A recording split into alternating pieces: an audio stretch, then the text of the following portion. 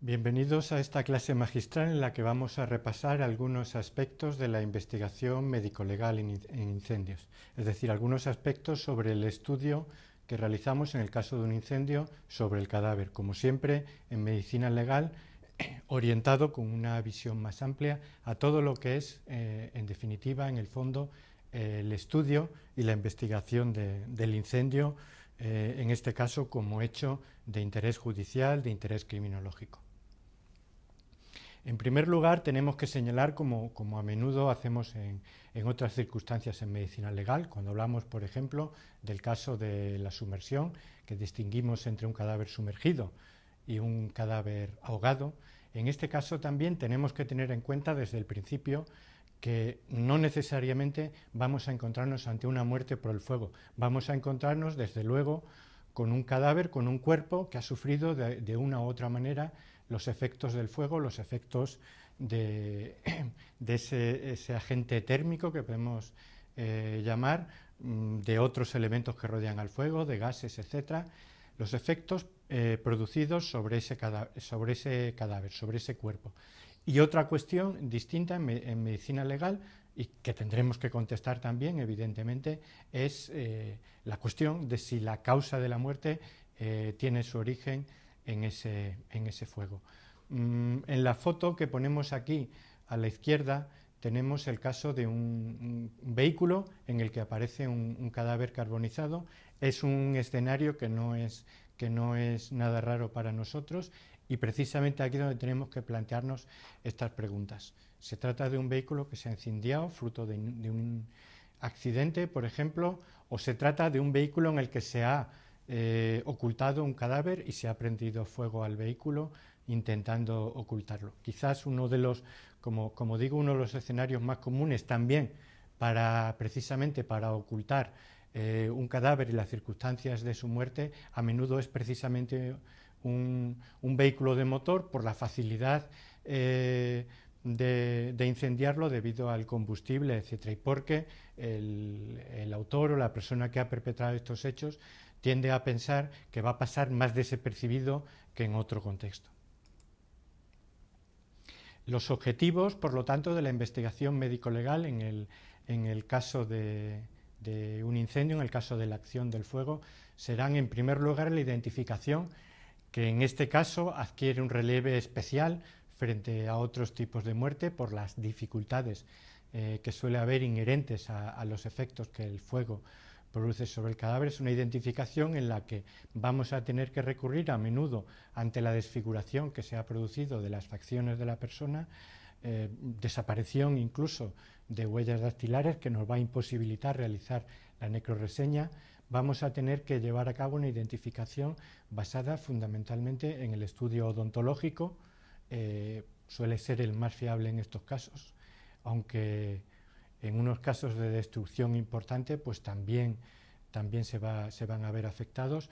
Podemos con gran dificultad realizar estudios de ADN debido a estos efectos térmicos. El ADN pues probablemente esté bastante degradado. Ahí tendríamos que buscar un ADN que esté lo más intacto posible, normalmente dentro de cavidades de músculo, que no haya quedado expuesto hacia afuera y que no haya sufrido tanto los efectos térmicos como los tejidos más superficiales. Eso en cuanto a la identificación.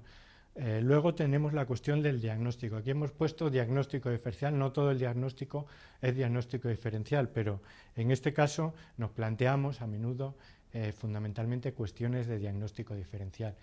En primer lugar, saber la causa de la muerte. Saber la causa de la muerte, si se quiere de un modo más amplio, las circunstancias de la muerte. Y una pregunta muy concreta, que es la que nos formulamos, y recordando la pregunta comprendemos fácilmente lo que tenemos que hacer para estudiarlo, es investigar si la persona en los momentos de producirse el fuego estaba en vida o estaba ya fallecido. Si estaba en vida, podemos suponer que la causa final del fallecimiento ha sido el fuego, y tenemos digamos, relativa facilidad para dictaminar esto. Si la persona estaba ya fallecida, hay una serie de elementos que se van a ver transformados por el hecho de que la persona no esté viva y por lo tanto vamos a poder descartar que se haya producido el fallecimiento por acción del fuego. Otra cuestión, si se da esa, otra cuestión que tenemos que estudiar subsecuentemente es cuál ha sido, por tanto, la causa última del fallecimiento. En este caso, siguiendo la misma dinámica que seguimos con cualquier autopsia, pero teniendo en cuenta las características especiales de estos restos producidas por la acción del fuego. Es decir, conocer las transformaciones que el fuego va a provocar en las propias lesiones que podían haber sido inicialmente la causa de la muerte. Imaginemos una asfixia mecánica por una estrangulación, una herida de bala, una herida de arma blanca. Los datos diagnósticos de este tipo de lesiones se van a ver modificados por la acción subsecuente del fuego. Por lo tanto, tenemos que tenerlo en cuenta a la hora de investigarlo. Un último aspecto de este diagnóstico de la muerte sería la etiología de la muerte, lo que en medicina legal llamamos etiología, que no es sinónimo de causa, a diferencia de lo que ocurre en el resto de la medicina. La etiología médico-legal, en el fondo, es una estimación que hacemos sobre la intencionalidad de esa muerte. Y solo caben tres posibilidades en el caso de la muerte violenta: una muerte homicida, una muerte suicida o una muerte accidental. Pues investigando ese conjunto tratamos de alguna manera de estimar esa etiología. Ponemos esta doble flecha entre el diagnóstico diferencial y la investigación del incendio porque hay un tercer aspecto, si se quiere, un poco marginal a la medicina legal. No es el aspecto de la medicina legal, es un aspecto que corresponde a otros investigadores, bomberos, policía, ingenieros, etc. Pero los datos que se obtienen de la medicina legal también ayudan a la investigación del incendio, cómo se ha producido el incendio, el origen, cómo se ha desarrollado, etc. Muchos datos que aportamos desde la medicina legal, que aportamos desde el estudio del cadáver, pueden contribuir también a esta investigación del incendio como tal. En primer lugar, las mismas fases que cualquier estudio médico-legal en otros tipos de muertes. Tenemos el levantamiento del cadáver, lo que en contexto más policial o más de ciencias criminalísticas se llama el examen de la escena. Nosotros lo llamamos levantamiento del cadáver. Señalar tres aspectos un poco esenciales o un poco más peculiares en el estudio de la escena que tenemos que realizar los forenses en el caso de los incendios. En primer lugar, tener muy en cuenta la seguridad, es decir, la posibilidad, por ejemplo, de que en un lugar en el que se ha producido un incendio todavía se puedan haber focos activos, la posibilidad de que se puedan producir explosiones por gas o por materiales que haya allí acumulados, líquidos, etcétera. Es decir, es muy importante la seguridad en estos casos previa, antes de que nos introduzcamos a estudiar la escena. En segundo lugar, tener en cuenta, y para esto es conveniente, como en otros muchos casos en medicina legal, la relación fluida entre los distintos investigadores que intervenimos. Tener en cuenta también nosotros los datos preliminares o las primeras hipótesis sobre que han elaborado los investigadores del incendio. La existencia de un posible foco, de unos acelerantes, para, de alguna manera, correlacionar eso con lo que nosotros encontramos también respecto al cuerpo allí en la escena. Y un examen detallado de la escena. Un examen que no se puede suplir, como nunca realmente en medicina legal, solo con la autopsia, solo con el examen que hacemos del cadáver ya en el Instituto de Medicina Legal, en el depósito. Es decir, tenemos que observar cómo aparece el cadáver, su actitud, qué materiales lo rodean, dónde se encuentra el cadáver. Por ejemplo, es muy común que encontremos un cadáver, puede estar carbonizado y que se encuentre en una situación, en un rincón de la estancia, debajo de un mueble, incluso dentro de un armario. Es una actitud que muchas veces instintiva de la persona antes de producirse el fallecimiento, en la que de alguna manera trata de huir y protegerse del fuego. Eso normalmente nos va a hacer pensar en que la persona ha fallecido de un fuego y ha intentado defenderse de alguna manera de ese fuego. Antes de proceder al examen del cadáver y a la autopsia propiamente dicha, siempre es conveniente realizar una radiología. La radiología tiene un interés múltiple en el caso de un incendio o de un cadáver carbonizado, sobre todo. En primer lugar, nos va a ayudar desde luego a la identificación, sobre todo si comparamos con radiografías previas. Nos permite identificar patologías que tuviese la persona, aunque no tengamos radiografías previas. Si identificamos una patología, sobre todo de tejidos duros del esqueleto, podemos correlacionarla con una historia que tenga su médico, etc. En primer lugar, como digo, ese interés de tipo identificatorio y de alguna manera también diagnóstico. Y otro interés que tiene también es, por un lado, aclarar aspectos que pueden tener relevancia de la propia investigación del incendio y también en relación con lo que hemos dicho antes de la seguridad. Posibilidad de que, por ejemplo, haya, en el caso de que se haya producido una explosión, restos de un artefacto explosivo en el cadáver, etc. Pues eso nos interesa saberlo antes de efectuar la autopsia, por el interés que tiene para la investigación, pero también, por supuesto, por nuestra propia seguridad. En esta radiografía que vemos aquí, por ejemplo, aparecen los restos entre las piezas esqueléticas y la ropa, restos de un encendedor desechable que ha podido tener una importancia especial en la producción del incendio y en el estado en el que ha quedado el cadáver después. En cuanto al examen externo, tenemos que fijarnos en la actitud del cadáver. A veces, si un profano observa un cadáver en esta actitud que vemos aquí, el dibujo que está a la derecha o la fotografía que aparece ya el cadáver más deteriorado, le faltan muchas partes, etc. Esta actitud es la típica que llamamos en medicina legal actitud pugilística, es decir, es la actitud un poco del boxeo, brazos flexionados, manos también flexionadas, piernas flexionadas. En la actitud no corresponde, como a veces el profano lo ve y nos dice, pues esta persona a lo mejor estaba luchando y tal. Es la actitud que adopta cualquier cadáver al producirse la carbonización. Las alteraciones que se producen en los músculos esqueléticos llevan a esta actitud, como decimos, pugilística. Si recordamos el nombre, actitud pugilística, es mucho más fácil describirlo luego. Recordamos la posición en la que se pone el púgil, el boxeador, y recordaremos fácilmente esa actitud. Ya en el cadáver que aparece a la izquierda, carbonizado, vemos algunos rasgos, no se ve muy bien porque está en un plano más distante, pero que luego vamos a ver en las siguientes fotos, ya lo vemos aquí, de lesiones típicas que vamos a encontrar en el caso de la carbonización.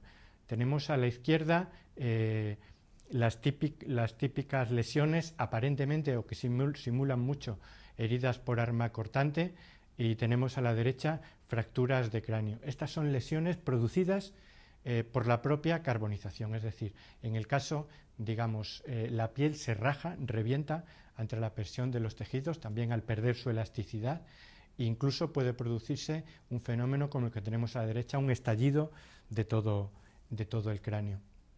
En cambio aquí lo ponemos así para comparar con la primera foto que hemos visto de esta cara en la que aparecen esas lesiones típicas de carbonización. Al lado tenemos una lesión por arma blanca, una persona que ha sido apuñalada y posteriormente carbonizada. Lo primero que nos llama la atención es una herida mucho más regular, unos bordes limpios, claros, no son unos bordes festoneados como vemos en las heridas de la izquierda. Es perfectamente lineal, vemos que sigue un eje perfectamente lineal, etc. Es importante distinguir, por lo tanto, heridas postmortales o post-incendio de las heridas anteriores, sabiendo que estas lesiones es común encontrarlas en el cadáver carbonizado.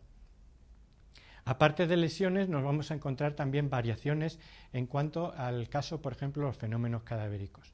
Aquí vemos un cadáver carbonizado en el cual han transcurrido unos días hasta que se ha descubierto el cadáver, y en el cual ya ha comenzado la putrefacción. Pero es una putrefacción que, si comparamos con la putrefacción que se produce en un cadáver que no ha sido sometido a estas temperaturas, pues vemos que es muy distinta. Es decir, si quieren también un poco, por usar un ejemplo un poco pedestre y un poco casero, pero que nos sirve también para recordar bien lo que ocurre, pues pensemos, no es lo mismo un animal en el que se produce la putrefacción que un filete de carne cocinado que dejamos en el frigorífico o dejamos fuera del frigorífico y con el tiempo acaba deteriorándose. Vemos que hay una aparición de moho, vemos que los cambios son mucho menos aparentes que si el cadáver hubiese estado fresco, en definitiva porque el cadáver está deshidratado en el momento en que se ha producido ya esa putrefacción debido a la carbonización y debido también, por así decirlo, o sin por así decirlo, porque es eso lo que se produce, debido a la esterilización que ha sufrido el cadáver de las propias bacterias endógenas del intestino por efecto del calor. En el examen interno vamos a buscar los efectos del incendio que pueden demostrarnos simplemente la exposición al fuego o también los signos de vitalidad, lo que decíamos antes, que la persona estaba viva en el momento de producirse el incendio. En este caso vemos en la fotografía de la izquierda el tubo respiratorio, la tráquea rellena de hollín. Esto no se puede producir si la persona no está respirando en el momento del incendio y no está inhalando humo. Lo de inhalación aquí tendríamos que haberlo puesto casi entre comillas, porque aquí tenemos un caso que no es una inhalación realmente. Esto es el esófago, que lo vemos también relleno de humo. Esto implica que la persona está viva, está tragando, de alguna manera está deglutiendo, y al deglutir, al tragar, pues está tragando también partículas de humo que nos producen ese ennegrecimiento, ese hollín en el esófago. Estos dos casos son signos de vitalidad, que la persona estaba viva en el momento de producirse el incendio. Y en cuanto al examen interno, también vamos a encontrar, por la acción del fuego, independientemente de la causa de la muerte, una serie de fenómenos que en general podríamos englobar como el efecto de la cocción de las vísceras por la acción del fuego. Vemos a la izquierda abierta la cavidad craneal y vemos el tamaño pequeño al que se ha reducido la masa encefálica. Un tamaño pequeño, una consistencia más, valga la redundancia, más consistente de la que tiene el encéfalo en fresco. Y aquí vemos también otro aspecto que de alguna manera podríamos también relacionar con esa cocción, que es la producción de una pseudohemorragia extradural, es decir, un acúmulo de sangre entre el encéfalo y sus membranas y la caja craneal, producido en el fondo la sangre hierve, estalla en los vasos y esa sangre queda acumulada dentro de la cavidad craneal, coagulándose por acción del calor y semejando un hematoma subdural. Por último, señalar también casos especiales que tenemos que tener en cuenta, patrones de lesiones que nos ayudan a reconstruir lo que buscamos siempre en medicina legal, las circunstancias en las que se ha producido la muerte y también las circunstancias en las que se han producido unos hechos, ¿no? En este caso, un incendio o una acción del fuego. Tenemos un caso a la izquierda de una persona que se ha inmolado a lo bonzo y vemos la zona respetada de quemadura que corresponde a las sandalias que la persona llevaba. Esto que tenemos a la derecha no corresponde realmente a un incendio, corresponde a quemaduras con agua o con cualquier otro líquido, pero el patrón típico cuando en casos de maltrato infantil se introduce a un niño en un baño con agua caliente, el niño por esa actitud de defensa normalmente flexiona las piernas, se pone en posición prácticamente fetal y lo que llega a entrar en contacto con el agua pues es la zona de los glúteos, la zona de los talones, los tobillos, etc. En este caso, también a la derecha, en la imagen de abajo, tenemos la forma que adquieren esas quemaduras en el caso de un derramamiento de cualquier líquido caliente que ha caído. Esto nos permite no solo saber el origen, sino también las circunstancias, es decir, la dirección desde la que ha caído, si nos cuadra eso con el posible relato de los hechos que haya, etc.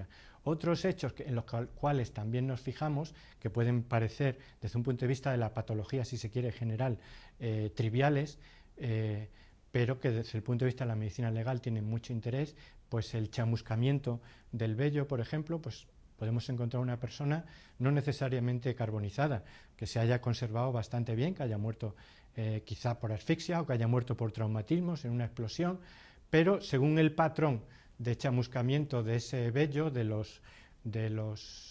las vibrisas, los pelos que tenemos en las cavidades nasales, etcétera, pues podemos de alguna manera estimar la acción del fuego, desde dónde ha venido. Si por ejemplo se ha producido una explosión de gas, la persona ha quedado sepultada por una pared, por unos muebles, no ha llegado a quemarse, pero en ese momento esa persona es la que se ha acercado y ha encendido una cerilla o ha encendido una luz, etcétera, se ha producido instantáneamente una llamarada inicial que probablemente le va a producir, aunque no produzca quemaduras importantes, esos chamuscamientos con un patrón que nos va a permitir muchas veces estimar la dirección de donde ha venido y por lo tanto reconstruir los hechos que han llevado hasta esa situación.